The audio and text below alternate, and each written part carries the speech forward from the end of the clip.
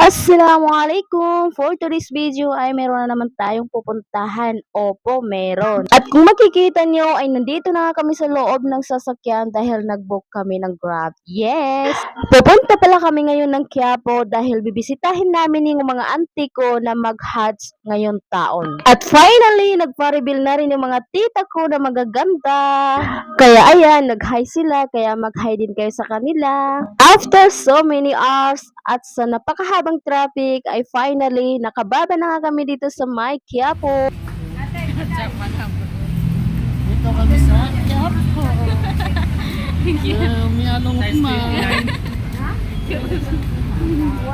Ayan na nga yung aking dingdong at inaasar na nga niya yung sarili niya. Naubos nga daw yung hair niya pero hindi naman yung big deal sa akin kasi mas gusto ko pa yung ganyan. Naligaw pa nga kami, hindi namin mahanap kung saan sila nag-check-in na hotel. At hindi na rin nagtagal ay nahanap din namin kung saan sila nag-check-in. Kaya ito, nandito na kami sa my hotel. Nagkita-kita nga na nga kami ng iba namin kamag-anak. So ito, paakyat na nga kami at sumakay na kami ng elevator. Nang ilang saglit ay nandito na kami sa room ng aking auntie. Kasama niya pala mag-hatch yung kanyang asawa na si Uncle Hatch Humayr. Dati na yung hatch pero mag-hatch yan ulit. Kapatid pala ng mama ko yung mag-hatch na auntie ko kaya ayan nagchichikahan sila. After nga nila magchikahan doon sa taas ay ito bumaba na nga sila dahil dito na naman sila magchikahan sa ibang auntie ko. Marami silang mag-hatch na mga auntie ko, yung iba naman pinsan, basta lahat yan pamilya Diamla. Alhamdulillah at nagkita-kita na nga yung pamilya Diamla. Bago pala kami umuwi ay dumaan muna kami dito sa may restaurant dito sa Quiapo dahil kumain muna kami dahil lahat na kami niyan gutom sa mga oras na yan.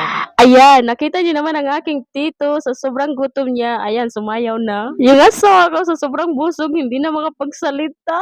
Pagkatapos namin kumain ay ito pauwi na kami. Hindi namin pala kasama yung iba dahil nakamotor sila at kami ay mag-grab. Bago pala kami mag-book ng Grab ay dumaan muna kami dito sa may banda rito sa Plaza Miranda dahil may bibilihin daw ang aking mga tita.